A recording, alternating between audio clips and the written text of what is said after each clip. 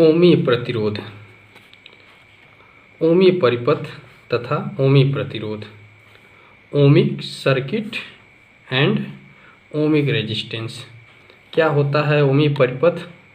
तो ऐसे परिपथ जो ओम के नियम का पालन करते हैं उन्हें ओमीय परिपथ कहते हैं, और ऐसे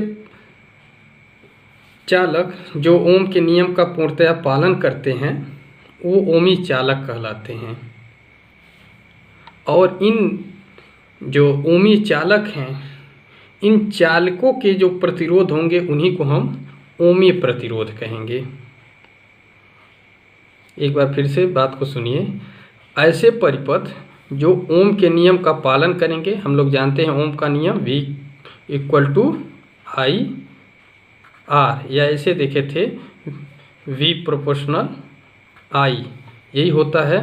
तो जो ओम के नियम को पूर्णतः पालन करते हैं उन्हें हम ओमीय परिपथ कहते हैं, ओमिक सर्किट। और वे चालक, वे कंडक्टर जो ओम के नियम का पालन करते हैं उन्हें ओमिक कंडक्टर कहते हैं। ध्यान रहे, सर्किट और कंडक्टर दो चीज़ बोल रहे हैं। एक ओमीय परिपथ यानी ओमीय सर्किट जो ओम के नियम को फॉलो करे, दूसरा ओमीय कंडक्टर जो ओम के नियम को फॉलो करे, जो ओम के नियम का पालन करे। तो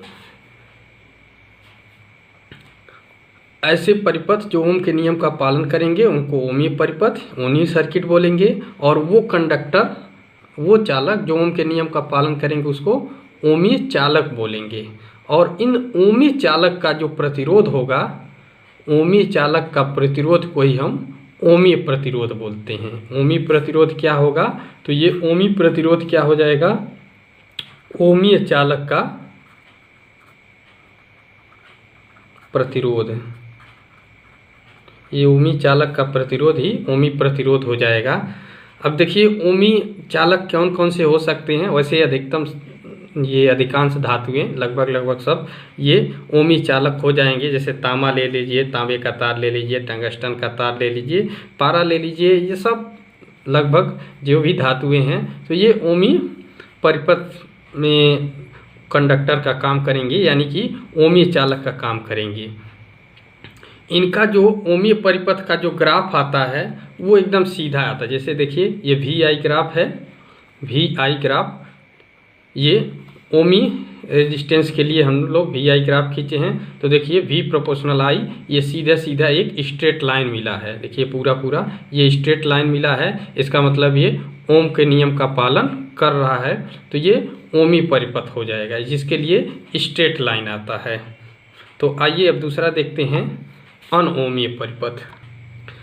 अनओमीय परिपथ तथा अनओमीय प्रतिरोध, अनओमिक सर्किट एंड अनओमिक रेजिस्टेंस। तो अनओमिक परिपथ क्या होता है? अनओमिक परिपथ तो ऐसे परिपथ जो ओम के नियम का पालन नहीं करते हैं वो अनओमिक परिपथ कहलाएंगे।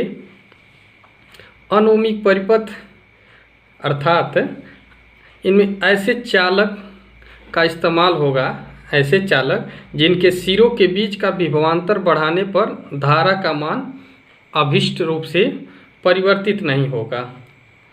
जैसे अभी हम लोग देखे थे ओमीय परिपथ में धारा जैसे जैसे इसके प्रोपोर्शनल था वोल्टेज के, तो अगर हम एक अनओमिक सर्किट ले लें, उसमें अनओमिक कंडक्टर ले लें, मान लीजिए कि यहाँ पर हम एक कंडक्टर ले लिए, ये अनओमिक है, ये अनओमिक कंडक्टर है।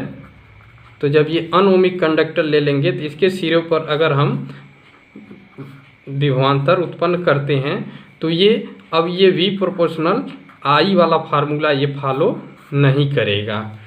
तो इस प्रकार से ये जो कंडक्टर होगा इसको हम लोग बोलते हैं अनओमिक कंडक्टर। मीन्स ये ओम के नियम का पालन नहीं करेगा। ओम के नियम पालन नहीं करने का अर्थ ये हुआ कि जब इसके सिरों पर हम विभवांतर लगाएंगे तो जैसा हमारा रिक्वायरमेंट है उस हिसाब से करंट का वेरिएशन नहीं होगा, यानी कि विभवांतर का विभवांतर लगाने पर धारा का अभिष्ट परिवर्तन नहीं होगा। तो इस तरह के जो प्रतिरोध होते हैं, इस तरह के जो कंडक्टर होते हैं अनओमिक कंडक्टर, इनका जो प्रतिरोध होता है, अनओमिक कंडक्टर का जो प्रतिरोध होता है, उसी को हम लोग बोलते हैं अनओमिक प्रतिरोध। इसको हम लोग बोलेंगे अनओमिक प्रतिरोध। इसका उदाहरण है जैसे टार्च का बल्ब ले लीजिए, डायोड वाल्व ले लीजिए, तो उनका जैसे टार्च का बल्ब, इसका अगर हम VI ग्राफ खींचते हैं तो देखिए इसका VI ग्राफ कुछ इस तरह से आएगा। ये इस तरह से अगर V इधर ले लेते हैं और I का वेरिएशन इधर ले लिए तो इसका जो VI ग्राफ आता है टार्च के बल्ब का, वो कुछ ऐसे आ जाता है। ये किसके लिए आता है? टार्च के बल्ब का।